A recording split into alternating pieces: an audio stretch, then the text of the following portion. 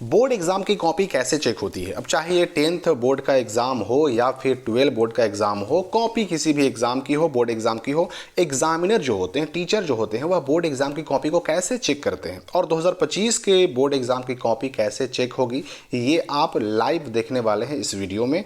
देखिए, board copy checking में कितना नंबर दिया जाता है और किन किन गलतियों पर नंबर काटे जाते हैं, सब कुछ आपके सामने लाइव दिखने वाला है इस वीडियो में। सबसे पहले तो आप ये जान लीजिए कि बोर्ड एग्जाम की कॉपी चेक करने का जो प्रोसेस है, प्रक्रिया है, वो क्या होता है।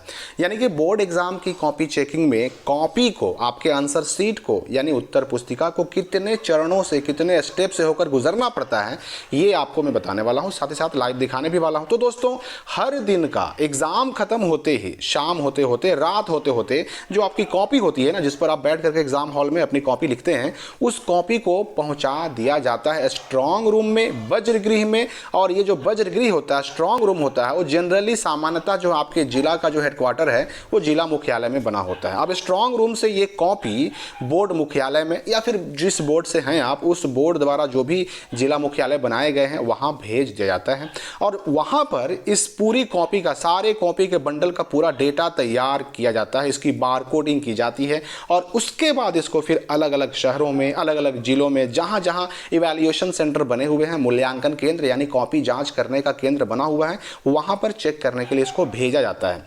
अब एक तरफ तो अलग अलग डिस्ट्रिक्ट में बने हुए इवैल्यूएशन सेंटर यानी कॉपी जांच केंद्र में कॉपी को भेजा जाता है, तो वहीं दूसरी तरफ बोर्ड एग्जाम की कॉपी को चेक करने के लिए शिक्षकों को यानी परीक्षक को, और इंग्लिश में कहें तो एग्जामिनर को भी अपॉइंट किया जाता है, नियुक्त किया जाता है।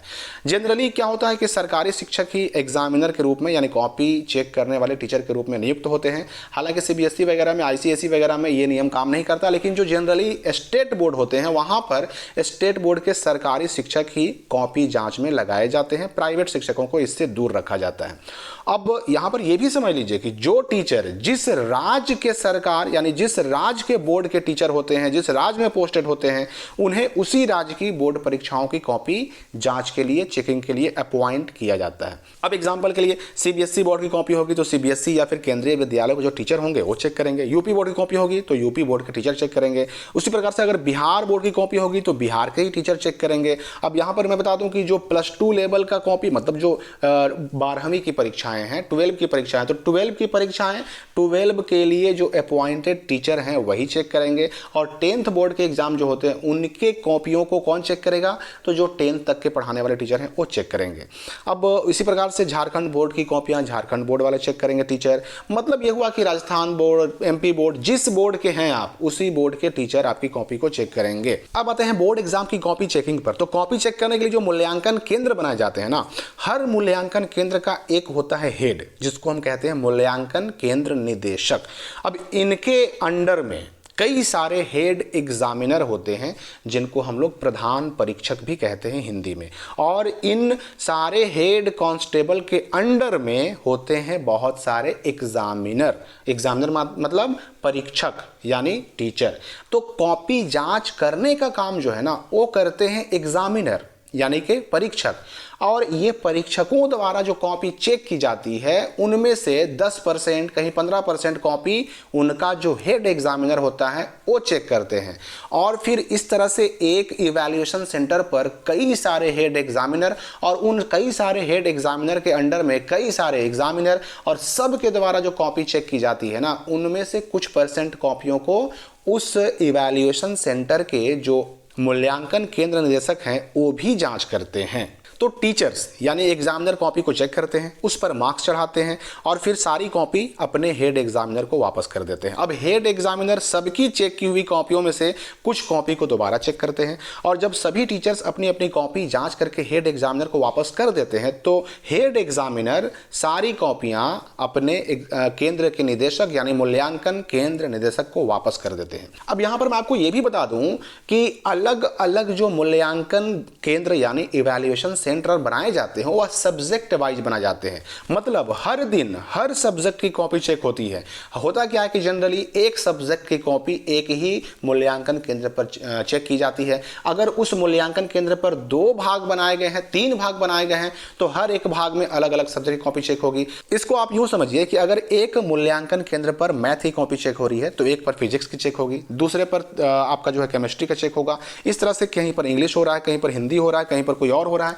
अलग अलग जो मूल्यांकन केंद्र हैं उस पर अलग अलग सब्जेक्ट की कॉपी चेक होती है और जिस सब्जेक्ट की कॉपी जहां चेक होगी वहां पर उसी सब्जेक्ट के टीचर केवल अपॉइंटेड रहते हैं। अब रही बात कि आखिर फिर जो ये बोर्ड एग्जाम की कॉपी चेक होती है, इसमें जो टीचर होते हैं, एग्जामिनर होते हैं, वह बोर्ड एग्जाम की कॉपी चेक करते समय कौन सी चीजें देखते हैं, आपको नंबर अच्छा मिलने या ना मिलने में कौन से इफेक्ट काम करते हैं। तो देखिए इसमें जो है ना, आपके आंसर कितने सही हैं, सबसे पहला चीज तो ये काम करता है। आपके आंसर लिखने का तरीका, मतलब आपने किस शैली में आंसर लिखे हैं, वो भी काम करता है। और तीसरी चीज जो काम करती है वो होती है आपकी राइटिंग। जैसे ठीक है, आपके आंसर खूब सही हैं, बिल्कुल शुद्ध हैं, सही हैं, राइट हैं, यानी टू द पॉइंट है, लेकिन राइटिंग अगर खराब रहती है, जिसको अगर एग्जामिनर ढंग से पढ़ नहीं पा रहे हैं, समझ नहीं पा रहे हैं, तो फिर सारी मेहनत बेकार हो जाती है। राइटिंग भी उतना ही इंपॉर्टेंट है, आपके आंसर लिखने का तरीका भी उतना ही इंपॉर्टेंट है, और आपके आंसर का सही होना यानी करेक्ट होना भी उतना ही इंपॉर्टेंट है। इन्हीं 3 चीजों पर फैसला होता है कि आपको बोर्ड एग्जाम की कॉपी चेकिंग में कितना नंबर मिलेगा। अब देखिए, अगर आपकी राइटिंग, आपके लेखन शैली, लिखने का तरीका बिल्कुल अच्छा है, और अगर आपने अपने सही आंसर से यानी इन तीनों चीजों से अपने एग्जामिनर को पहले ही पेज से इंप्रेस कर लिया, तो फिर आपको हर सवाल के जवाब में बेहतर से बेहतर फुल मार्क्स मिलते चले जाते हैं। लेकिन अगर एग्जामिनर को शुरू में ही काट कूट दिख जाता है, ओवर राइटिंग दिख जाती है, या फिर राइटिंग बिल्कुल गंदी दिख जाती है, तो ऐसे केस में एग्जामिनर पर आपका इंप्रेशन बहुत खराब हो जाता है, और ऐसी सिचुएशन में आपको नंबर उतने ही अच्छे नहीं मिल पाते जितना कि आपको मिलना चाहिए। तो अब सवाल ये उठता है कि भाई बोर्ड एग्जाम की कॉपी में नंबर काटा कब जाता है। तो देखिए, जब किसी स्टूडेंट की कॉपी को खोलते ही कॉपी चेक करने वाले शिक्षक को नजर आता है कि राइटिंग खराब है, आंसर को सही से नहीं लिखा गया, या फिर आंसर का नंबर नहीं लिखा गया है, ओवर राइटिंग की गई है, काट कूट किया गया है, तो जनरली ऐसे बच्चों का नंबर कटता है। उनको जितना नंबर मिलना चाहिए उसका पूरा पूरा नंबर मार्क्स नहीं मिल पाता है।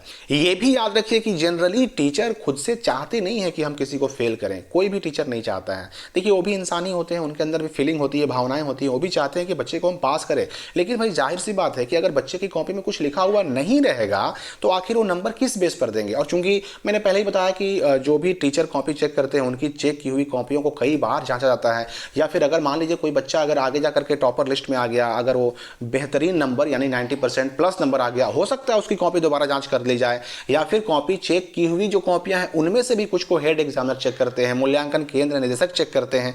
तो इसलिए अगर मान लेते हैं कहीं पर भी ये पकड़ा गया कि हाँ भाई किसी टीचर ने जानबूझकर किसी को ज्यादा नंबर दिया है, तो उसकी नौकरी खतरे में आ जाएगी। तो कोई भी टीचर जानबूझकर फेल करना नहीं चाहते, लेकिन अपनी नौकरी को भी खतरे में नहीं डाल सकते। इसलिए अगर कॉपी में कुछ लिखा हुआ ही नहीं रहेगा तो फिर जाहिर सी बात है कि उसको तो कम नंबर मिलना ही मिलना है, टीचर भी मजबूर हो जाते हैं। तो 2025 के बोर्ड एग्जाम की कॉपी चेकिंग कुछ राज्यों में शुरू हो चुकी है, तो कुछ राज्यों में शुरू होने वाली है। अगर आपने भी अपनी कॉपी में इन बातों का ख्याल रखा है, ध्यान रखा है, तो बिल्कुल अच्छा नंबर आपको मिलेगा। तो आपके बेहतरीन रिजल्ट की शुभकामनाओं के साथ मिलते हैं हम अगली वीडियो में।